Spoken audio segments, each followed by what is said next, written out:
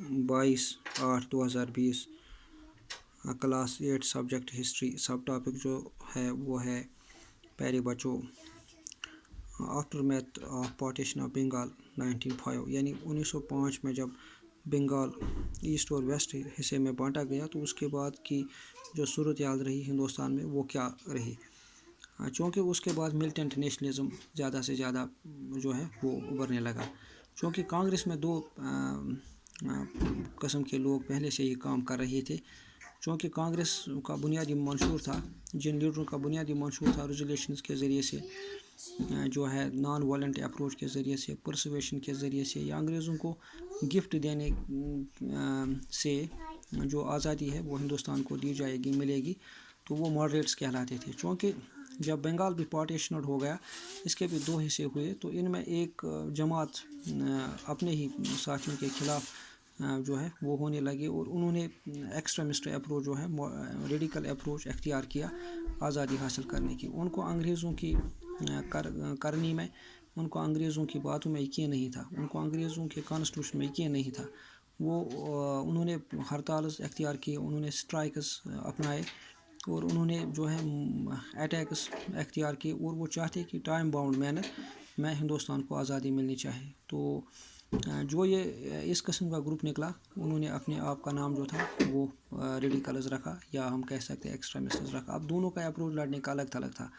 चूँकि जब दोनों 1907 में सूरत के अंदर जब ये स्प्लिट हुआ तो दोनों अलग अलग तरीके से काम करने लगे, और इस तरह से यहाँ बहुत सारे युवा, बहुत सारे नौजवान जवान, बहुत सारे पढ़े लिखे इंसान जो है वो इस आज़ादी की तहरीक में, एक्सट्रीमिस्ट तहरीक के अंदर जो है वो शामिल हो गए। उन्होंने अंग्रेज़ों को बहुत ज़्यादा नुकसान पहुँचाया। चूँकि जब बंगाल प्यारे बच्चों डिवाइड किया गया तो इसमें जो है स्वदेश और बाइकआउट की तहरीक ने जन्म लिया, और स्वदेश और बाइकआउट का 1900 अगस्त 1905 से सितंबर 1906 तक कलकत्ता के अंदर एक सर्वे हुई, तो उसमें उन सारी चीज़ों को जो है बाहर निकाला गया। मसलन कि किस तरह से जो इम्पोर्ट होता था, यानी चीज़ें अंग्रेज़ी सरकार से या अंग्रेज़ी मुल्कों से हिंदुस्तान लाई जा रही थी, तो वो किस तरह से डिक्लाइनड हुई, क्योंकि पिकेटिंग हो रही थी, अब होने लगी बड़े ज़ोर शोर के हिंदुस्तान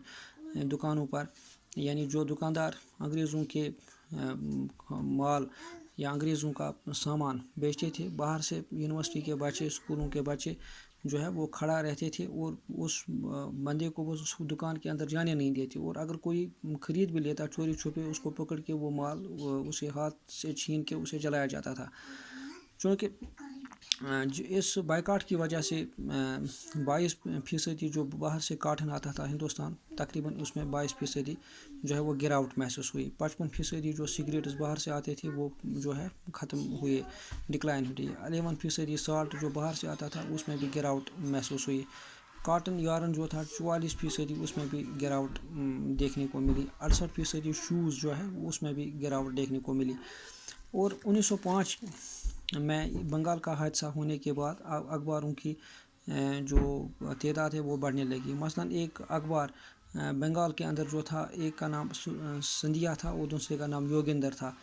तो इस तरह से महाराष्ट्र में कल नामी एक अखबार जो था, उसने रिवोल्यूशनरी टेररिज्म, यानी उसने इन अखबारों ने उस जद्दोजहद को आगे लिया जो टाइम बाउंड थी, जिसमें शिद्दत थी, और जो जल्द अज जल्द जो है आज़ादी हिंदुस्तान को दिलवाना चाहते थे, और इन अखबारों में इस किस्म के आइडियाज़ जो है वो छपने लगे।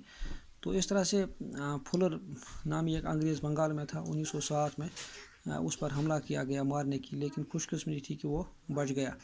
हेमा चंद्रा कानूनगो बंगाल का एक बंदा था, वो अब्रॉड चला गया था बहुत पहले, और जब उसने ये सुना कि बंगाल के अंदर जो है डिवीज़न किया गया, तो उसने एक फर्म हिंदुस्तान के अंदर कायम की, रोडा फर्म। इसमें हथियार बनाने लगा, और उसने एक मजहबी स्कूल कायम किया जहाँ से मिलिटेंट नेशनलिस्ट तालीम जो है वो नौजवानों को दी जाए या दी जाती थी। तो इस तरह से 1908 में जो है D.H. किंग्सफोर्ड जो मुजफ्फरपुर के अंदर था, वो एक मजिस्ट्रेट था अंग्रेज़ों का। तो 1908 में जो है उसको मारने का प्लान बनाया गया, تو جب اس پہ فائرنگ ہوئی ٹرین کے اندر وہ تھا، اس کے برعکس 2 عورتیں ماری گئی، لیکن خوش قسمتی سے وہ خود بچا. اور اس پاداش میں کچھ اس وقت بہت ذہین اور بہت اچھے ہندوستان کے چہیتے، خرم بوس تھا، پرفیلا چکی تھا، وہ اس سازش میں جو ہے ملوث پائے گئے اور اس کے بعد ان کو ٹریل دے کر یعنی پھانسی پہ لٹکایا گیا.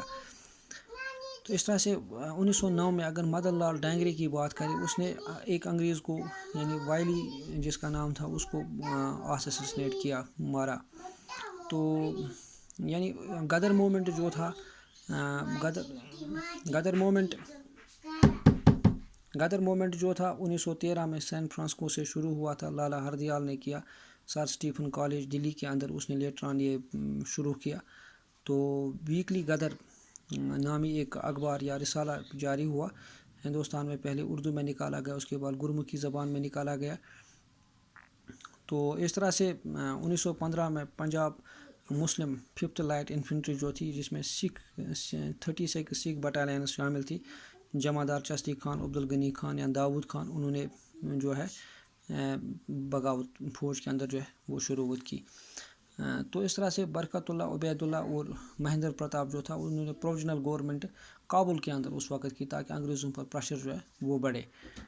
یعنی یہ اور اس طرح سے جڑے بہت سارے جو چیزیں تھیں ان کو ہائی لائٹ کیا گیا. اس کو ہم militant nationalistic approach after partition of Bengal کے نام سے جو ہے وہ جانتے ہیں. تو اس طرح سے لیٹر آن کیا ہو جائے گا اس آزادی کی تحریک میں، کون کون سے اور بھی مراحل آئے، وہ ہم کل پڑھیں گے. تب تک اجازت دیجیے، خدا حافظ.